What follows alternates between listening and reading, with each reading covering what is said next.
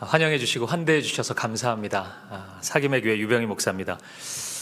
모든 만남이 다 소중하고 큰 축복인데 하나님의 말씀 안에서의 만남이기 때문에 더 귀하게 다가오는 것 같습니다. 저는 사실 탁병지 목사님을 좋아합니다. 사랑 고백 같은데 여러분들이 아마 더 잘 아실 텐데 목사님은 항상 진심이세요. 그러니까 하나님을 향해서도 진심입니다. 이게 당연히 사역자가 진심이어야지 이러실 수 있지만 워낙 이상한 사역자도 많기 때문에 목사님 늘 진심이세요. 그리고 사람과의 관계에서도 늘 진심입니다. 그래서 제가 간혹 이제 여쭙고 싶을 때 전화를 드리거든요. 그러면은 형식적으로 답을 주시지 않으세요. 그러니까 늘 진심이세요. 뭘 알아봐주겠다 그러면 늘 진심이세요. 이분은. 그래서 조금 민망할 때가 있어요. 너무 열심히 해주셔서. 근데 이제 목사님이 교회 자랑을 너무 진심으로 많이 하셔가지고 제가 좀 궁금했습니다. 여러분 뵙고 싶었고 또 만나서 교제해보고 싶었습니다. 사실 작년 그 청년부 여름수련회 때 제가 말씀으로 섬겼기 때문에 청년들은 좀 만났는데 청년들도 참 좋더라고요.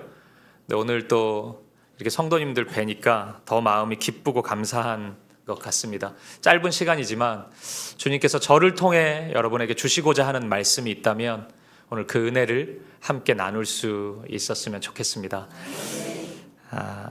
제가 어린 시절부터 교회를 다니면서 들었던 참 가슴 아픈 말들이 좀 있습니다.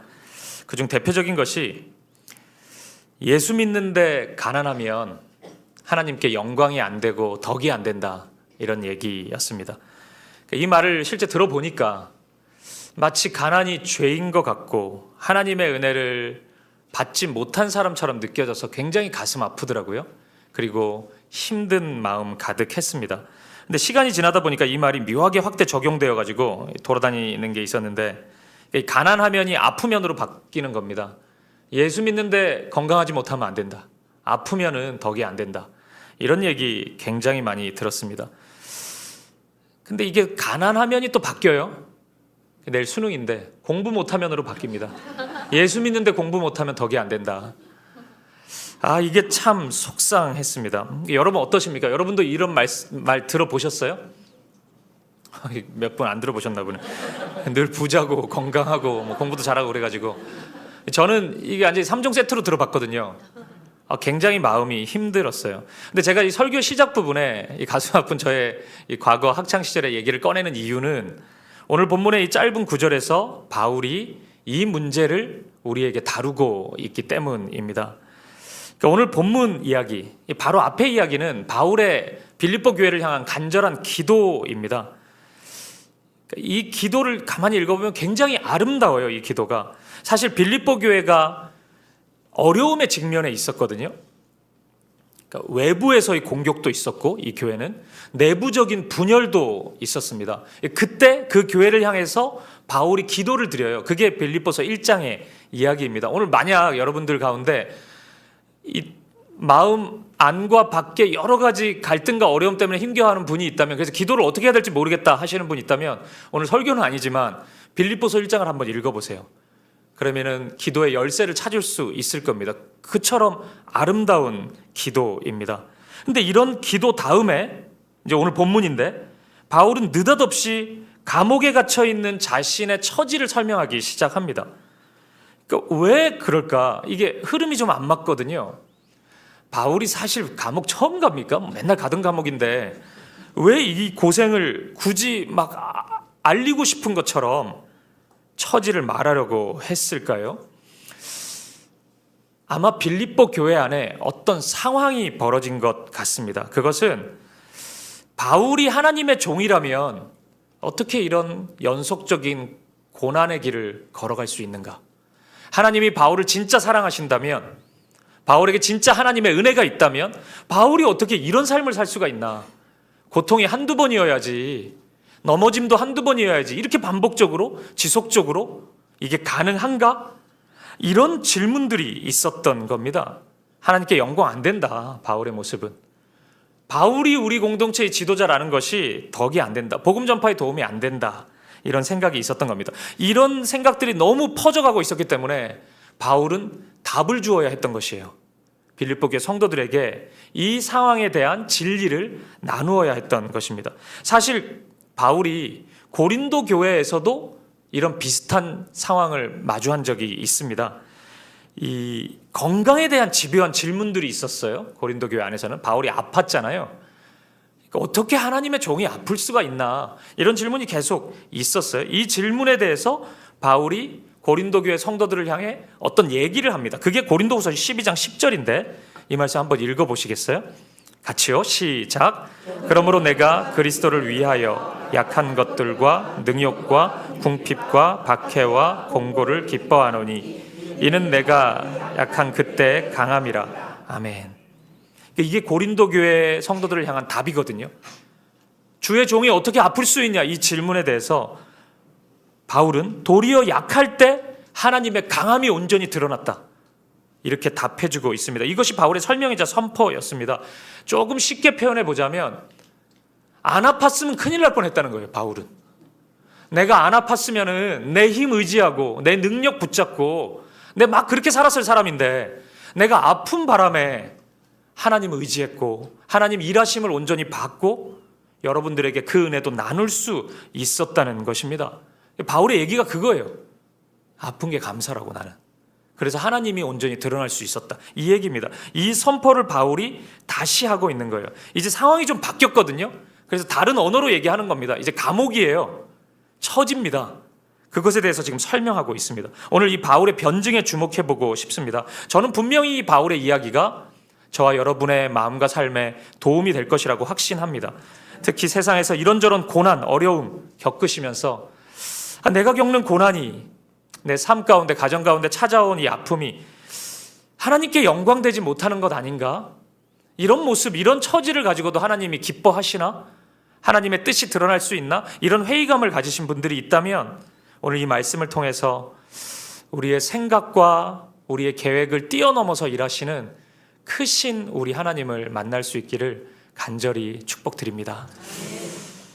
첫 번째 변증, 바울의 대답은 이것입니다. 첫 번째, 바울이 왜 감옥에 갔냐?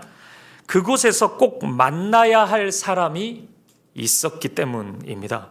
오늘 본문 12절을 다시 한번 보시겠어요? 1장 12절 같이 읽어보죠. 시작. 형제들아, 내가 당한 일이 도리어 복음 전파에 진전이 된 줄을 너희가 알기를 원하노라. 아멘.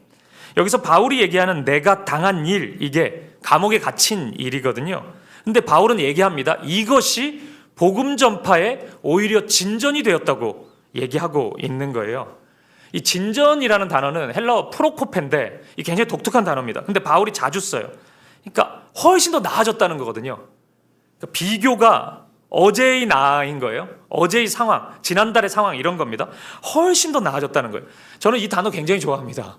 왜냐하면 하나님 나라의 복음은 언제나 이런 성격을 가지고 있습니다. 반드시 어제보다 오늘 더 진전이 있어요. 반드시 그렇습니다, 여러분. 우리가 그거 못 볼 뿐이지 반드시 하나님 나라는 흥황하고 있습니다. 하나님의 역사는 반드시 진행되고 있어요. 여러분, 그것을 경험할 수 있길 바랍니다.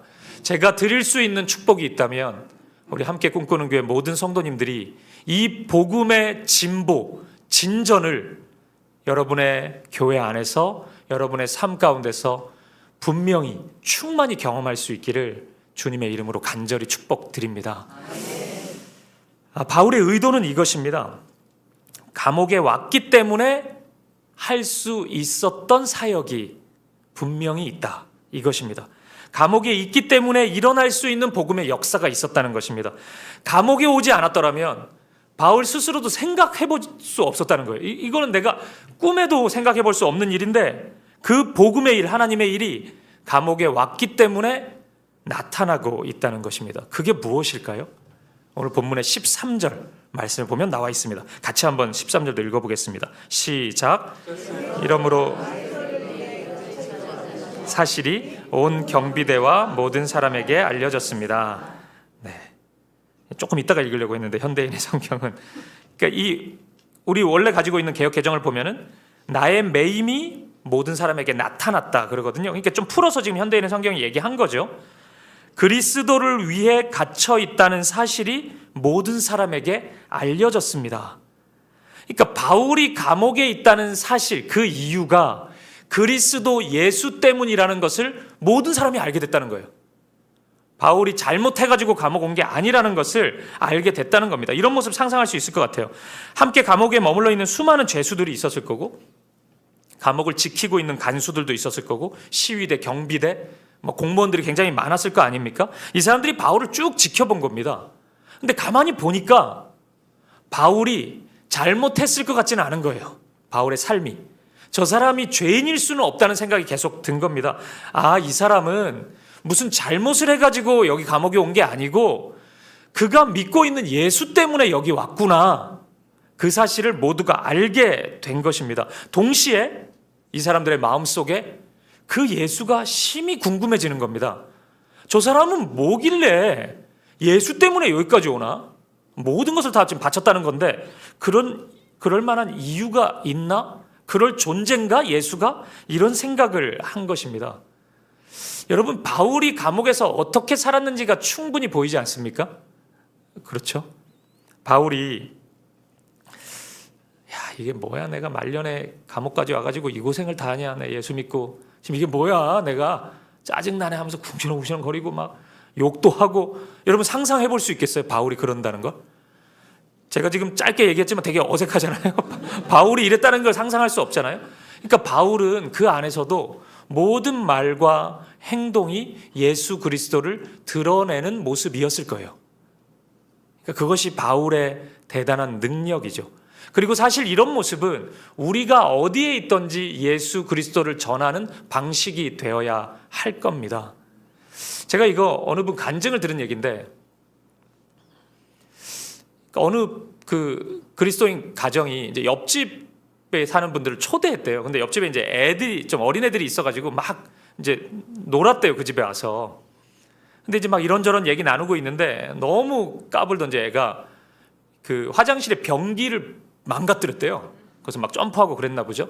그러니까 너무 미안하잖아요, 옆집 그분이. 그래서 너무 죄송하다고, 변상하겠다고, 이거 얼마 될지 모르지만 다 하겠다고 이러니까 그 분이 아무 걱정하지 말라고. 애가 놀면 그럴 수 있지. 언제든 와서 힘든 마음 있으면 얘기 나누고 맛있는 것도 먹고 그러자고. 걱정하지 말라고, 이런 얘기를 했다는 거예요. 그때 이제 이분이 나가면서 중얼거렸대요. 예수가 있나 보다. 이분 예수 믿는 분인데, 나 같으면 입장을 바꾸면 이거는 화가 나도 10번도 더 냈을 것 같은데 이분은 완전히 다르네. 예수가 있네. 이런 얘기를 했다는 거예요. 제가 이 얘기를 듣고 이것이 우리의 삶일 수 있겠구나, 되어야 되겠구나, 이런 생각했거든요. 그러니까 바울이 좀 그랬던 것 같아요. 그러니까 전혀 다르게 짜증나는 상황, 원망이 오는 상황, 감옥이었지만, 메인 몸이었지만 신실하게, 진실하게 바울은 살아갔던 것입니다. 그러니까 주변에 있던 모든 사람들이 바울을 통해서 예수를 바라볼 수 있었던 것입니다. 축복하고 싶어요. 오늘 여러분들의 삶이 그렇게 되기를 바랍니다. 소원이라는 찬양 보면 삶의 한 절이라도 주님을 닮기 원하는 이런 가사가 있는데, 오늘 우리의 소원이었으면 좋겠습니다. 단 한순간이라도, 한 절이라도 주님이 드러나고 누군가에게 그 주님이 소개되고 그 사랑이 흘러가는 삶을 살 수 있기를, 그런 여러분들 되시기를 간절히 축복합니다. 그리고 바로 그 순간 바울도 발견한 것이 있습니다. 자신 옆에 있던 사람들, 감옥에 있기 때문에 이제 알게 된 사람들이 생기지 않습니까? 내가 이 사람들 때문에 여기 왔구나. 이 사람들에게 복음을 전하라고 하나님이 나를 여기 보내셨구나. 이 사실을 깨달은 것입니다. 이 기록을 보니까 당시 로마 시위대 인원이 9,000명 정도가 됐다 그러더라고요. 그러니까 바울이 어느 정도까지 그들에게 복음의 영향력을 끼쳤는지는 정확히 모르겠으나 오늘 본문 13절을 보면 분명히 모든 시위대 안과 그 밖의 모든 사람에게 이렇게 말씀하고 있거든요. 모든 이렇게 얘기하고 있어요. 그러니까 이 수많은 사람들이 한 명 한 명 예수를 보기 시작한 것입니다. 바울 때문에 예수를 알게 되기 시작한 거예요. 바울이 이 모습을 보면서 깜짝 놀란 거예요. 본인을 통해서 그 일이 일어나고 있는데도 이거 너무 신비스러운 일이구나. 하나님이 이 일을 위해서 나를 여기에 보내신 것이구나. 이걸 깨달았던 것입니다. 그리고 감격하고 또 감격했던 것이에요. 여러분, 이 사실을 인정하실 수 있으시겠어요? 그러면 여러분, 예기치 못한 어려움으로 한 번도 내가 생각해 보지 못한 자리에 있다 할지라도 그리스도인으로서의 자부심과 사명감은 놓치지 않으셔야 됩니다. 하나님이 거기를 보내셨을 수 있어요. 우리 모두를. 그곳에 갈 사람이 필요했기 때문에 보내셨을 수 있습니다. 그곳에서의 만남을 가볍게 여기지 마세요. 내가 원치 않은 자리라 그래서 인생의 모든 짜증 다 발산하고 그냥 뭐 막장이다, 이젠 막 가자, 그러지 마세요. 거기서 그 만나는 한 사람이 가장 소중한 사람일 수 있습니다. 내 인생의 밑바닥이라 할지라도 그때 만나는 그 한 사람이 하나님이 보내신 사람일 수 있습니다. 복음의 진보가 일어나는 것입니다. 하나님 그 일을 위해서 우리를 보내셨을 수 있어요. 그러니 여러분, 현재의 자리를 소중히 여기십시오. 세상의 기준으로 높고 낮음에 너무 큰 의미 부여를 하지 마세요. 여러분의 인생 속에서 서로 세상에서 볼 때 좀 높은 자리에 오르실 수도 있습니다. 그거 여러분 실력 때문에 오른 거 아닙니다. 이유가 있을 거예요. 또 반대로 조금 낮은 자리, 그것도 세상의 기준이죠. 뭐 그런 것도 없는데 실은 그런 자리에 있을 수 있어요. 하나님이 낮추시기도 하는 것입니다. 운이 없어서 그런 게 아니에요. 하나님이 보내실 수 있습니다. 하나님은 우리를 얼마든지 높이시기도 낮추시기도 하십니다. 기억하십시오. 그곳이 어디이든 하나님이 저와 여러분을 그곳에 부르신 것입니다.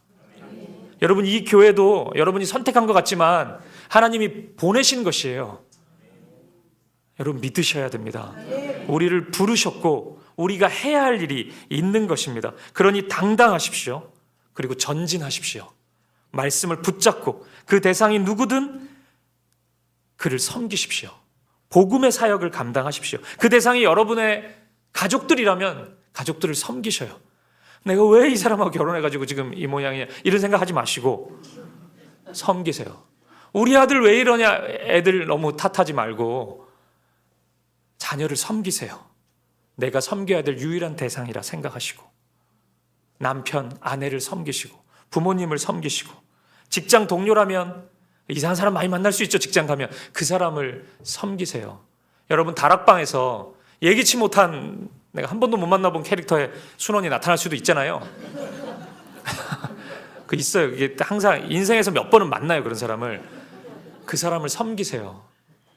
그냥 뭐 이런 사람이 다 있냐 그러고 막 아우성 치고 당장 다락방 바꾸라고 그냥 막 소리 지르고 목사님 뭐 하는 거냐고, 왜 내 민원 처리 안 하냐고, 이런 얘기 너무 하지 마시고 나를 보내신 자리인 것을 먼저 기억해 보세요.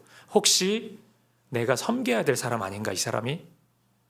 그러면 복음의 진전이 일어날 것입니다. 그러면 그 자리에 가지 않았더라면 절대 경험하지 못할 복음의 역사를, 하나님의 일하심의 역사, 복음의 진보를, 그를 만나지 않았더라면 절대 경험하지 못했을 그 하나님의 일을 생생히 경험하게 될 것입니다.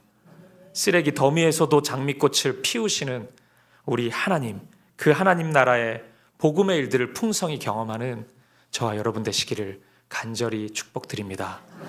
그리고 두 번째입니다. 바울의 대답. 어떻게 그런 고난이 있을 수 있나, 어떻게 감옥 갈 수 있나, 하나님의 종이. 이 바울의 두 번째 변증, 대답은 그렇게 자신이 감옥에 갇힌 것 때문에 수많은 동역자들이 하나님의 사역에 동참하게 되었다는 것입니다. 참 이상하죠? 오늘 본문을 보면 바울이 감옥에 있기 때문에 바울의 동역자들이 겁없이 담대히 복음을 전했다고 말씀하고 있거든요. 아니, 위축돼야 되는 거 아닙니까? 우리의 정신적인 지도자인 바울이 지금 감옥 갔는데 그럼 위축이 돼야죠. 우리가 리더가 없는데요. 근데 이 사람들은 더 격려가 됐나 봐요. 오히려 바울이 감옥 간 게 더 힘이 되고 막 격려가 되고, 이게 세상 사람들은 상상도 못할 일 아닙니까? 왜 무너지지 않냐고요. 이 공동체는 리더가 지금 이렇게 됐는데 왜 더 왕성해지고 더 강해지고 그랬냐고요. 여러분, 이 사도행전을 보면은 하나님께서 바울에게 주신 그 사명의 핵심이 무엇인지가 드러납니다. 한번 볼까요? 사도행전 9장 15절인데 15절 16절 우리 같이 한번 읽어보죠. 시작. 주께서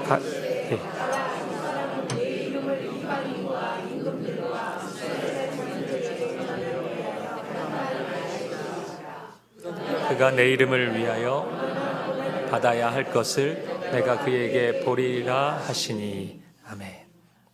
그러니까 바울의 사명은 이방인에게 복음을 전하는 거였습니다. 그리고 임금들, 그러니까 지도자들이죠.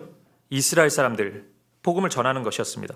그리고 주님의 그 이름을 위해서 바울이 이 사역을 하면서 고난을 받을 거래요. 두 가지 질문이 생깁니다. 첫째는 어떻게 바울이 이방인에게 갈 수 있나? 그리고 임금들을 어떻게 무슨 수로 만나나 바울이?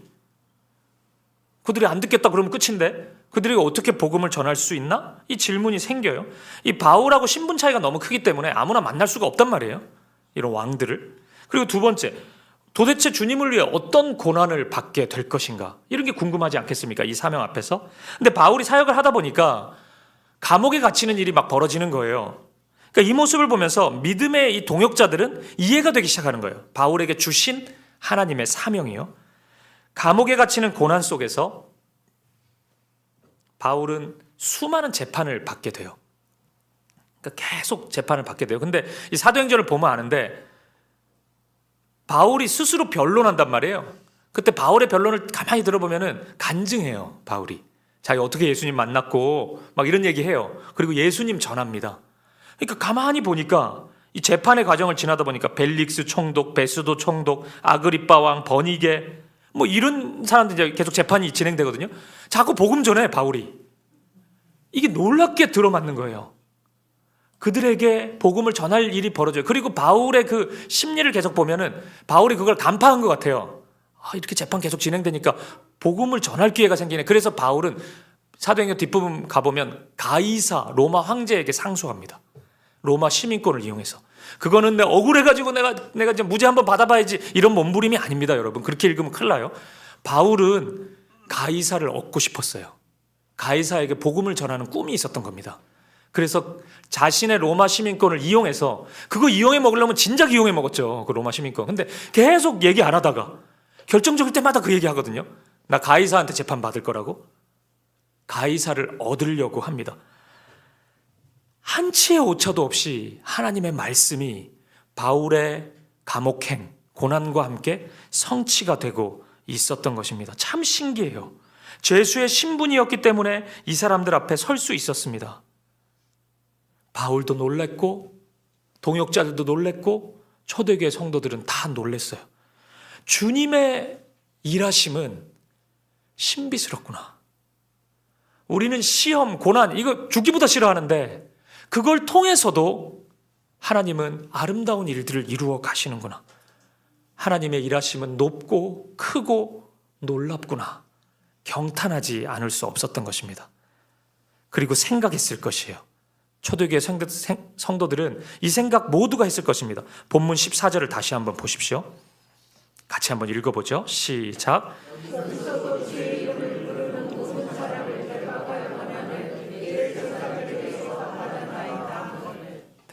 본문이 아닌 것 같습니다.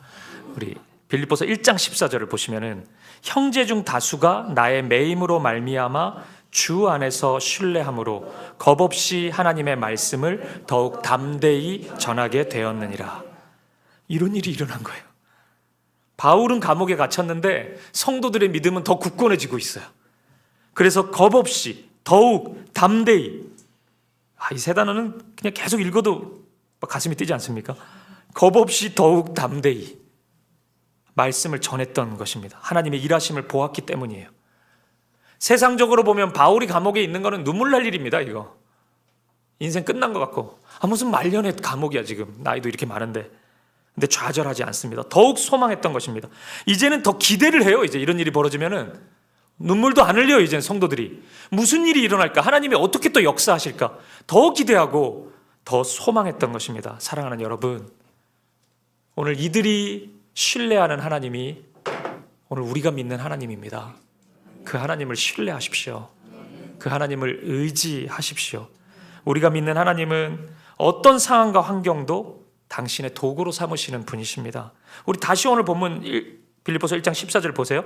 형제 중 다수가 나의 매임으로 말미암아 주 안에서 신뢰함으로.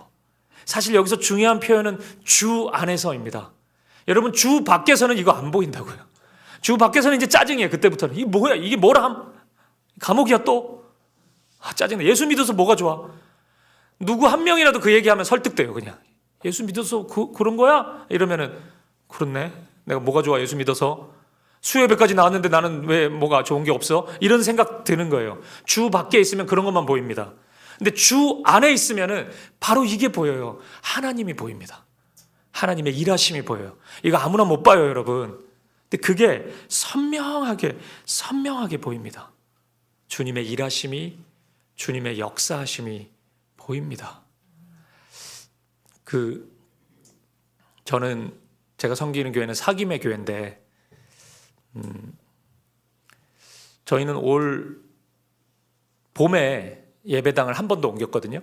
한 번 더라고 하는 것은 여러 차례 옮겼기 때문에 지금 그런 건데, 예배당 3번, 주중공간 3번, 그래서 이제 6번을 저희가 이사를 했는데, 이사 안 해보셨죠? 이런 걸 몰라요. 그래서 이게 얼마나 힘든 일인지. 저희가 첫 예배를 이 서울 그 강남의 삼성동에 있는 서울종합예술실용학교 그 연극 공연장에서 예배를 드렸어요. 그리고 1주년을 맞이하는, 기억나세요? 그 1주년 예배, 여러분? 그 감격스러운 예배. 그 한 주 앞두고 이제 나가라고 통보를, 다음 주에 나가라고 그렇게 통보를 받았었는데, 굉장히 그 과정이 두려웠어요. 저는 생각보다 성도들은 아무렇지도 않대요. 근데 이제 저는 굉장히 두렵고 걱정과 염려도 되고, 그래서 매번 이 통보를 받을 때마다 온라인 교회로서의 전환을 생각했거든요. 모일 곳이 없으니까 뭐 어떻게 해요? 뭐 어디 갈 거예요? 그리고 더 마음이 힘들었던 건 제가 이찬수 목사님께 연락을 드렸어요. 혹시 드림센터에서 예배 드리면 안 되냐고. 그러니까 목사님이 그러신 분이 아닌데 매우 냉정하시대요. 나갔으니까 성도들과 함께 기도하면서 돌파해보라고. 올 생각하지 말라고. 굉장히 그것도 힘들고 많이 어려웠어요. 사실 저는 작년 초에 건강에 좀 어려움도 있었습니다. 제가 이 안면 마비가 와가지고 굉장히 힘든 시간이었어요. 그러니까 계속 어려운 시간을 거치면서 지금은 이제 저희 예배 장소를, 이제 학교를 얻어서 지금 예배를 드리고 있는데, 그 스토리를 생각해 보니까 제가 참 감사하고 감격스러워요. 하나님이 인도해 주신 그 이야기가 교회의 모든 동원할 수 있는 인맥과 세상적인 힘은 다 해봤어요. 제가 서울 강남에 있는 모든 초중고등학교 다 가봤습니다. 이런 거 모르실 거예요. 이렇게 가보고 문전박대 당해보고 이런 거를. 그래서 제가 저희 성도들이 이 사실을 알기를 원치 않았어요. 너무 이렇게 막 쫓겨나듯이 나오니까. 근데 작년 말에 지금 저희가 예배드리는 그 학교에서 연락이 왔습니다. 기독교 학교도 아닌데 새벽에 전화가 왔어요. 저한테. 유병희 목사님 되십니까? 네. 사김의 교회 담임 목사입니까? 네. 교회를 찾고 있습니까? 장소를? 네. 학교도 좋아합니까? 네. 우리 학교에서 예배드리면 좋으시겠습니까? 네. 그렇게 대답했어요. 그분이 그러면 기도 많이 하고 계시죠? 이렇게 전화 끊으셨어요. 그분이 6시였나? 그때였던 것 같은데, 이상한 전화지. 꿈인가? 이거 뭐야 이거는. 그리고 한 달 뒤에 계약했습니다. 그 학교와. 그 어떤 사람의 노력도 없었어요. 그 어떤 유력한 분의 도움도 받지 않고 기적 같았어요. 성탄절 예배 때 제 성도들에게 이 사실을 알렸거든요. 저희 예배 처소가 결정이 됐습니다. 울음바다죠. 진짜 다 우리도 이제 갈 데가 있어. 예배를 드릴 수 있어. 제가 좀 지나 보니까 말입니다. 저희 교회 얘기를 조금 해서 좀 죄송스럽긴 한데 그런 생각을 했어요. 왜 진작에 안 주셨을까, 하나님이? 아니 뭐 이런 계획이었으면 그럼 뭐 첫 해부터 주고 해가지고 딱 시작 때부터 안정적인 장소에서 예배를 드렸으면 얼마나 좋을까. 제가 이 생각 잠깐 했거든요. 근데 제가 알게 됐어요. 그러면 제가 못 보는 겁니다. 하나님을. 제가 이 과정을 지나니까 조금 보이는 게 있었어요. 하나님 어떻게 일하시는지. 그리고 하나님이 우리의 기도를 어떻게 사용하시는지 이런 거 조금 알겠더라고요. 여러분, 이스라엘이 광야를 지나니까 조금 아는 겁니다. 그래도 뭐 지나도 상태가 안 좋긴 했는데 그래도 조금 아는 거예요. 그 안 지났으면 더 나빠요, 이 사람들. 그러니까 좀 보이는 거예요. 그 과정을 통해서 우리가 원하는 게 주어질 수도 있고 안 주어질 수도 있거든요. 근데 이 시간을 통해서 내가 변해요. 우리는 그 문제에만 자꾸 매이는데 하나님은 나에 대한 관심이 더 크다고요. 저는 그런 생각도 했어요. 나 목사답게 만들려고 그러시나, 하나님이? 그러니까 너무 내가 편하게 목회해가지고 그동안 분당 우리 교회라는 그 그늘 아래에서, 분당 우리 교회에서는 무슨 사역만 하면 다 잘 되더라고요. 왠지 그러니까 내가 잘하는 줄 알았죠. 제가 청년 사역 오래 했는데 청년부 늘 부흥됐거든요. 저 때문인 줄 알았죠. 저하고 아무 상관이 없었던 거예요. 그거는 제가 이제 좀 알겠는 거예요. 이 과정 속에 나도 있구나. 나 목사 만들려고, 나 기도하는 사람 만들어 보려고. 그러니까 기도를 제가 안 하는 건 아닌데 호흡이 좀 짧은 목사였는데 길게 기도하는 것을 좀 힘들어했던 것 같은데 기도시키려고 그렇게 하셨구나. 제가 이런 생각 많이 가졌습니다. 저는 우리 교회 성도들에게 한번 나눴는데 4년 전 저를 만난다면은 제가 해주고 싶은 얘기가 있어요. 저한테 그때 제가 그 4년 전 개척 전에 그 불면증에 시달렸거든요. 그래서 잠을 거의 일주일에 한 3, 4일은 못 잤어요. 그래서 이찬수 목사님은 새벽에 일어나세요. 그래서 2시 반, 3시 이러면 카톡에, 저희 같이 있는 카톡방에 막 글을 남기세요. 이제 그분은 궁금하니까 지금 답 안 줘도 된다 이러면서 이제 막 글을 남기시는데 제가 굉장히 답을 일찍 많이 달았어요. 저는 안 자고 있었던 거죠. 그러니까 목사님이 개인적으로 카톡을 주시면서 너도 이렇게 일찍 일어나니? 그렇게 해야 된다. 새벽을 깨워야 된다. 나는 안 자고 있는 건데, 못 자는 건데. 그 정도로 힘들었거든요. 제가 늘 불안하고. 그리고 내가 이거 잘못 뽑아가지고 내가 강남 걸려가지고 근데 거기 지금 목회 거기 어디 찾을 데도 없는데 예배 처소를 그런 생각 막 계속 했는데 제가 그 4년 전에 저를 만나면은 제가 해주고 싶은 얘기가 뭐냐면 기대하라고 제가 말해주고 싶어요.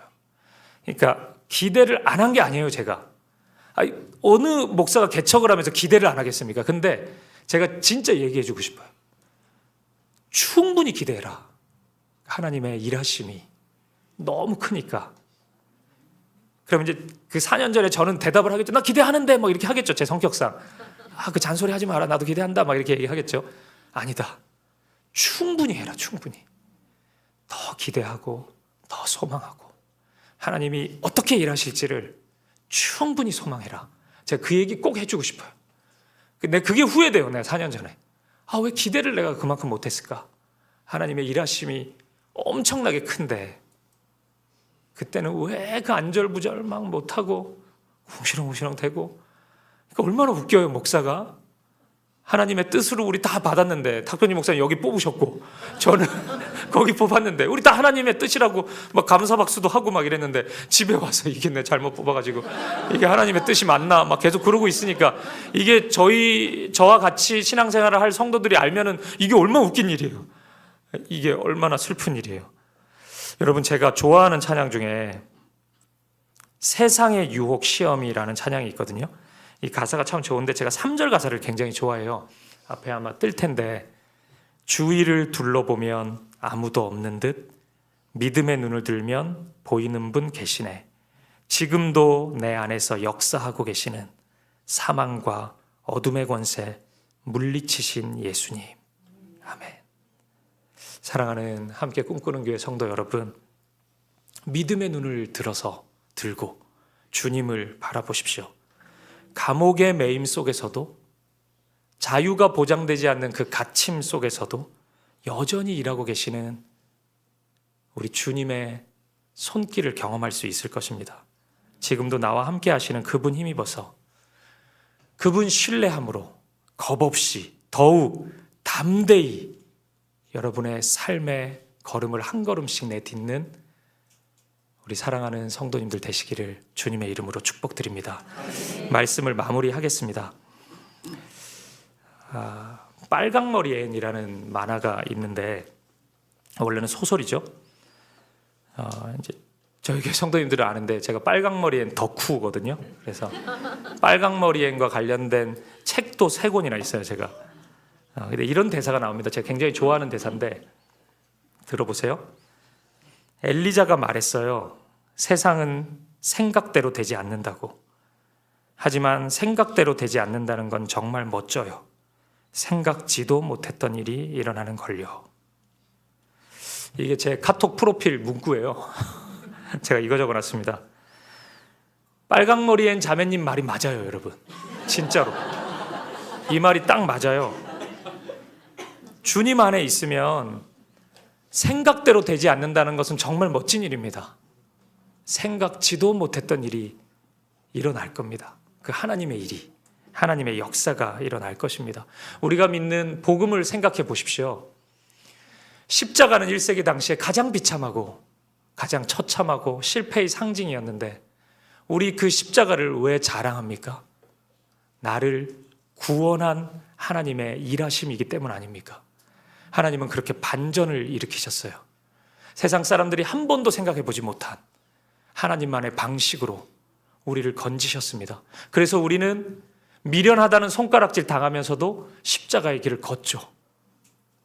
예수의 길을 우리는 걸어가는 것입니다. 여러분, 정말 십자가를 여러분의 전부라고, 여러분의 소망이라고 인정하신다면, 그렇게 여기신다면 내 계획대로 되지 않는다는 거, 내가 진행하는 일들이 너무 느려서 잘 안 풀리는 것 같다는 거, 환경이 잘 안 풀리는 것 같다는 것,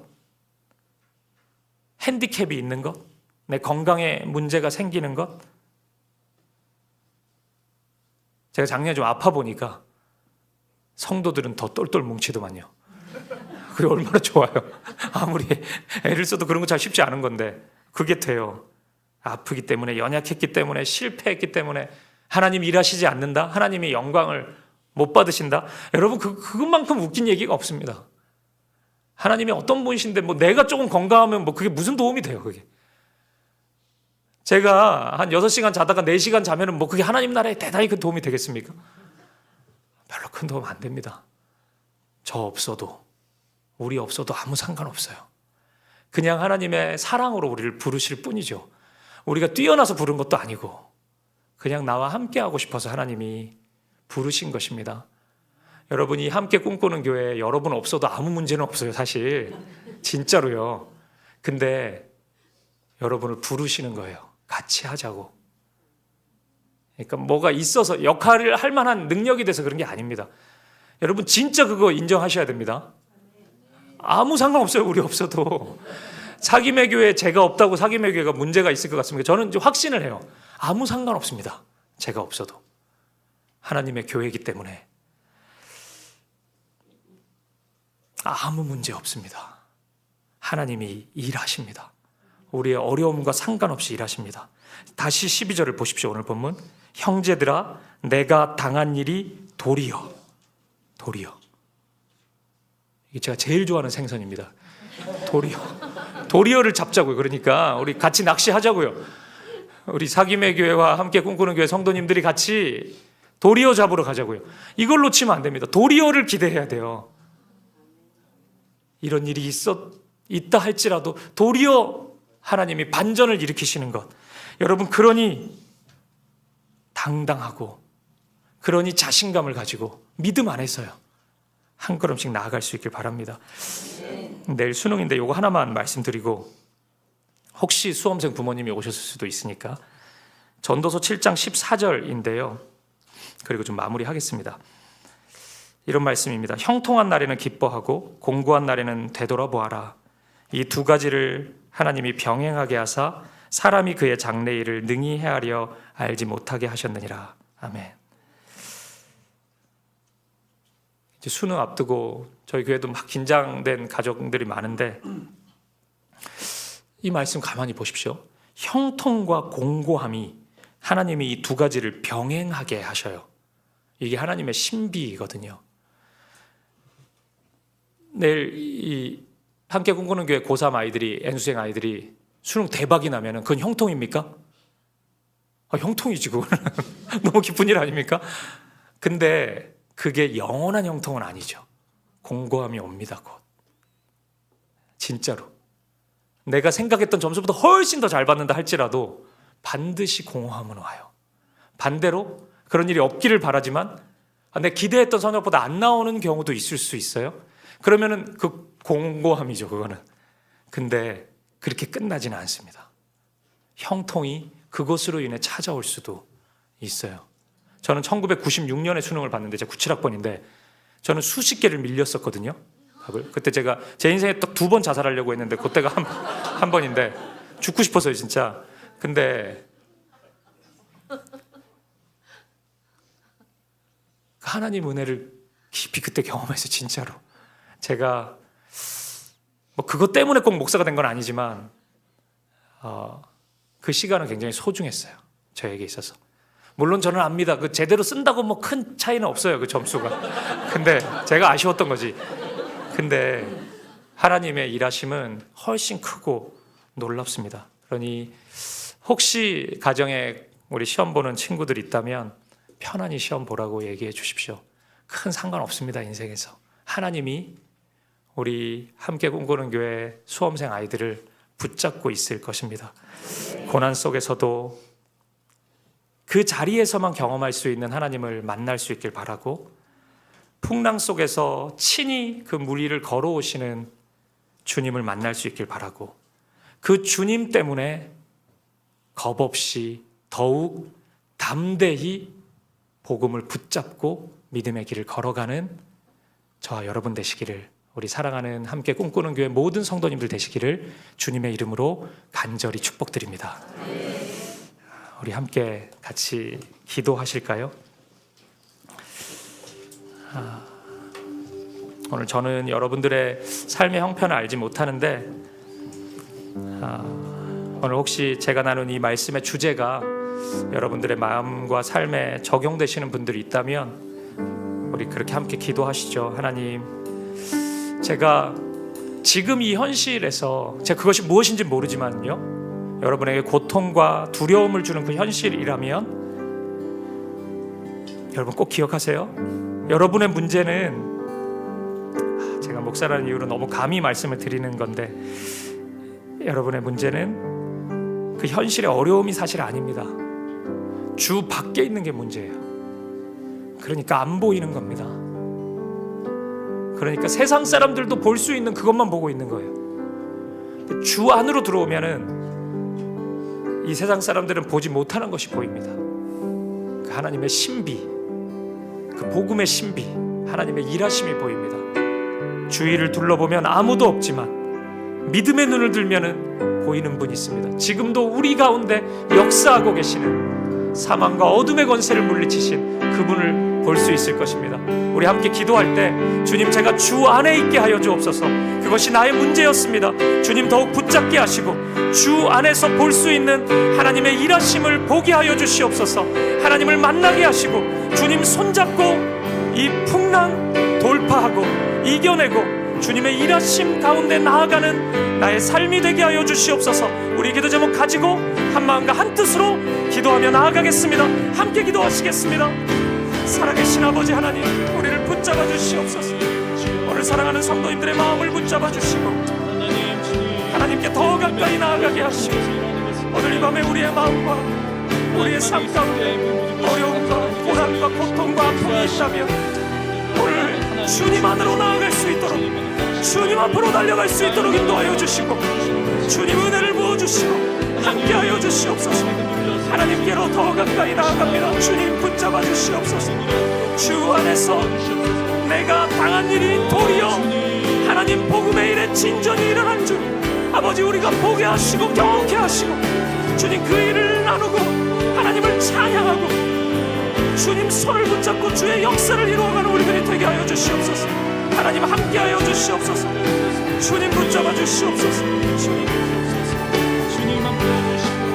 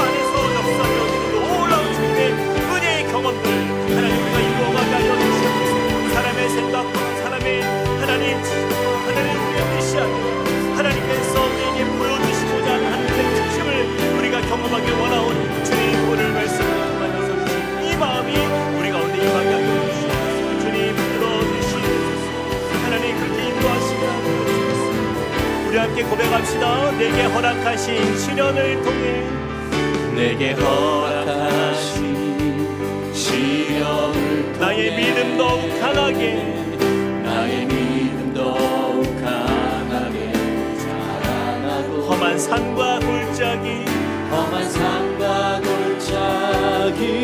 지나는 주께 더 가까이 나를 이끄시네. 더 가까이 나를 이끄시네. 내가 겪는 시험이 어렵고 힘겨워 내 주님보다 크지 않네. 내 주님보다 크지 않네. 내 앞에 바다가 달라지지 주가 나로 바다 위 걷게 하리. 나는 믿네.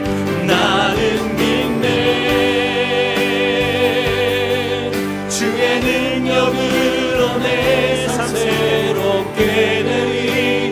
나는 믿네. 주의 능력으로 담대히 나가리라. 주와 함께 싸워 승리하리. 날마다 믿음으로 우리 한 번 더 고백합시다. 나는 믿네.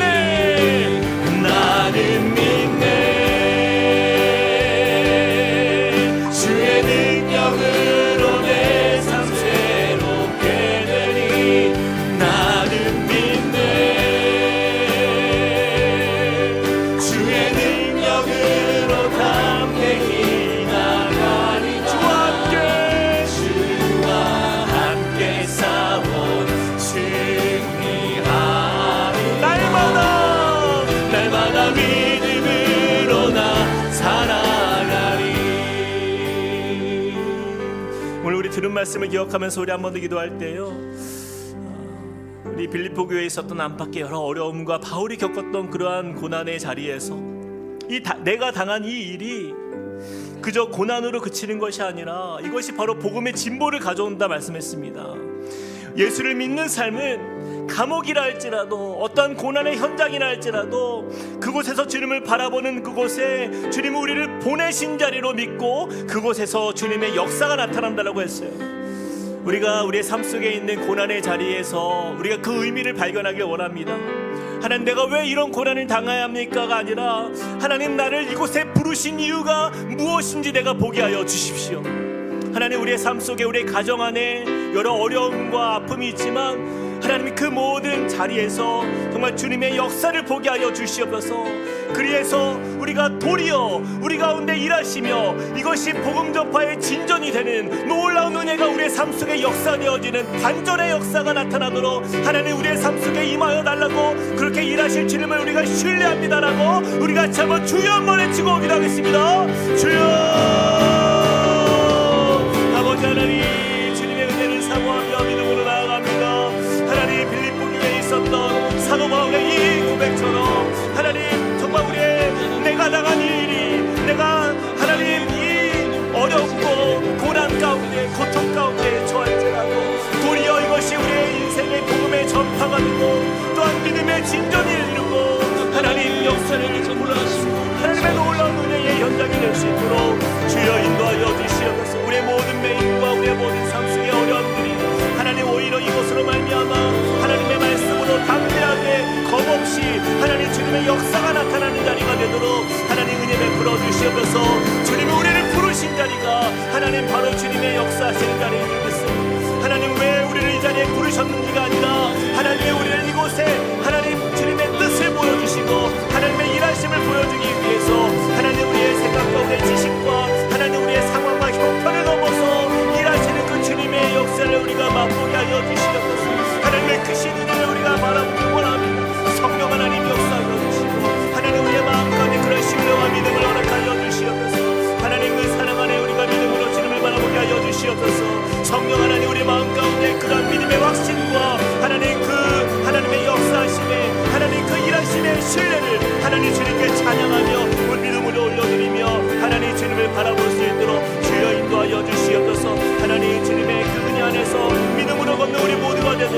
역사여 주시옵소서.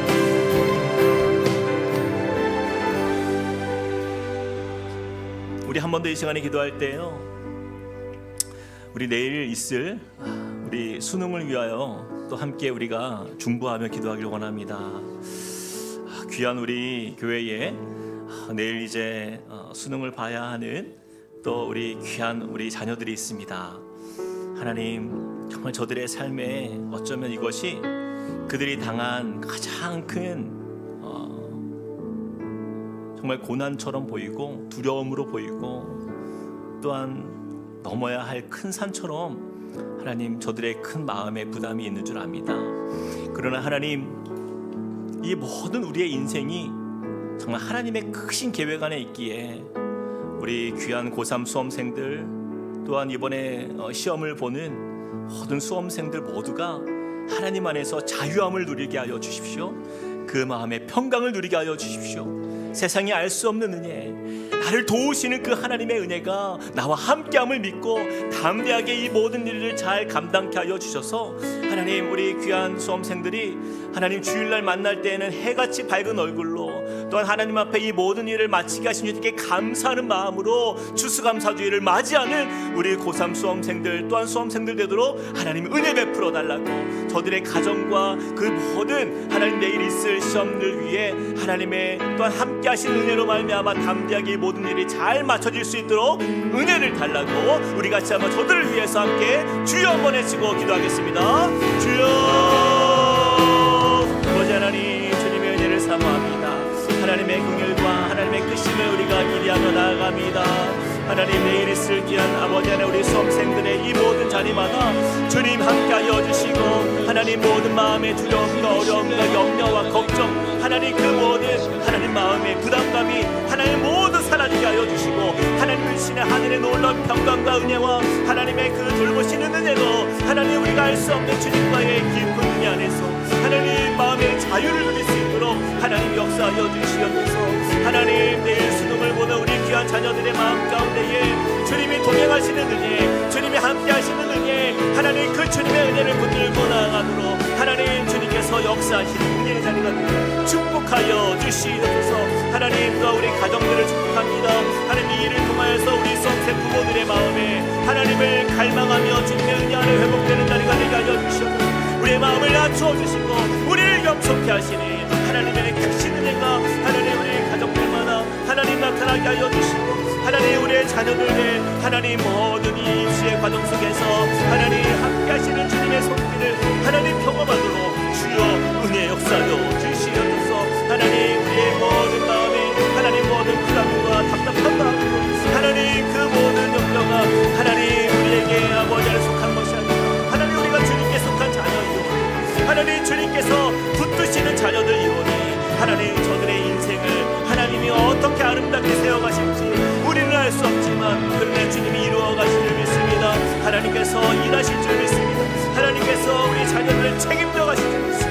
하나님, 그러한 신뢰와 믿음으로 주 앞에 나아가도록 주어 역사하여 주시고 인도하여 주옵소서. 날이 저물어 갈 때 빈들에서 걸을 때 그때가 하나님의 때, 내 힘으로 안 될 때, 빈손으로 걸을 때 내가 고백해 여호와 이래. 우리 함께 고백합시다. 우리 모인 이곳에 주님 함께 계시네. 누리네 아버지 은혜. 적은 떡과 물고기 내 모든 걸 주님께 드리고 모두 고백해 여호와 이래. 주님을 찬양합니다. 주가 일하시네. 주가 일하시네. 주께 아끼지 않는 자에게 아멘. 주가 일하시네. 신뢰하며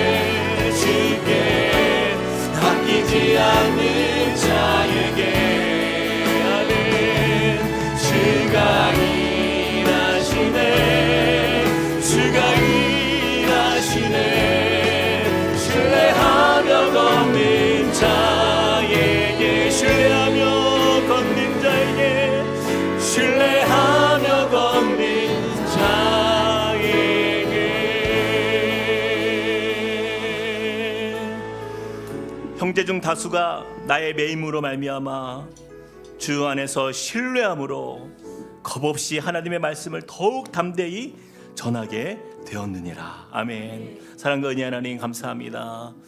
오늘 주신 말씀의 은혜가 하나님 얼마나 우리의 삶 속에 큰 도전이 되고 또한 우리의 삶에 힘이 되는지 다시 한번 주님께 감사를 드립니다. 하나님, 참 우리가 여러 어려움을 만날 때마다 감당하기가 어렵고 두렵고 그 안에서 참으로 마음이 녹아져 내려가는, 그래서 더 이상 소망 없는 것 같고 나의 인생이 여기서 끝나는 것 같은 그런 마음의 고통과 두려움과 외로움 속에 거할 때에 하나님 오히려 그곳에 하나님이 우리를 부르셨음을 깨닫게 하시니 감사합니다. 하나님, 그곳에서 우리가 매여 있는 이 모든 상황들을 통하여서 주님은 오히려 복음의 진전을 이루어가고 또한 그곳에서 하나님의 역사를 통하여 그 안에 있는 모든 사람들에게 주님의 살아계심을 증거하기 위한 하나님의 방편이었음을 다시 한번 깨닫게 하시니 하나님, 이 시간 우리가 믿음으로 우리의 삶 속에 처한 모든 자리마다 이것이 주님께 있음을 다시 한번 선언합니다.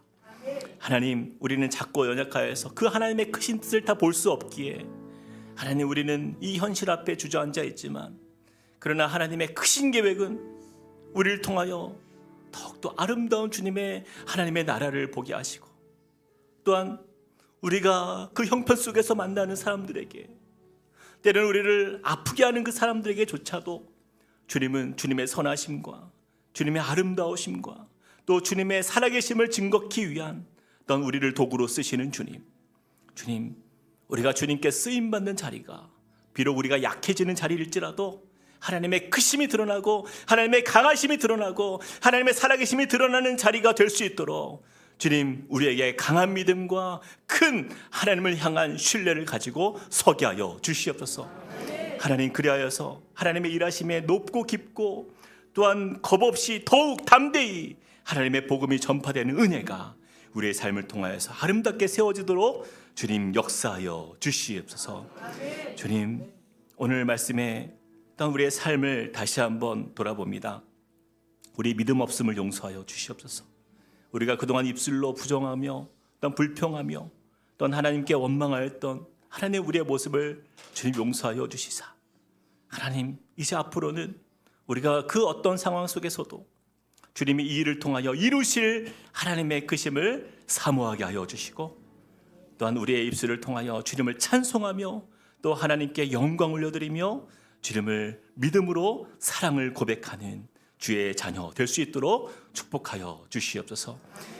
이제는 우리 주 예수 그리스도의 은혜와 하나님 아버지의 크신 사랑과 성령님의 감동, 감화, 교통, 위로하심의 은혜가 오늘 말씀을 통하여서 도리어 우리의 삶을 통하여서 아름다운 복음이 전파되고 복음의 진전의 역사가 나타나게 하시는 하나님을 신뢰하며 믿음으로 고백하는 주님의 백성들 머리 위에, 그리고 내일 수능을 앞두고 또한 수험생으로 또 이 모든 학업과 공부 위에 또 그 모든 일들 속에서 이제 마지막 밤을 보내는 또 우리 청소년들 또한 수험생들 또 믿음의 가정들 위에, 또한 우리 함께 꿈꾸는 교회 공동체와 또한 오늘 말씀을 전해주신 유병희 목사님의 교회, 사비게임의 교회 모든 성도님들 머리 위에 이제로부터 영원토록 함께 하시기를 간절히 축원하옵나이다. 아멘.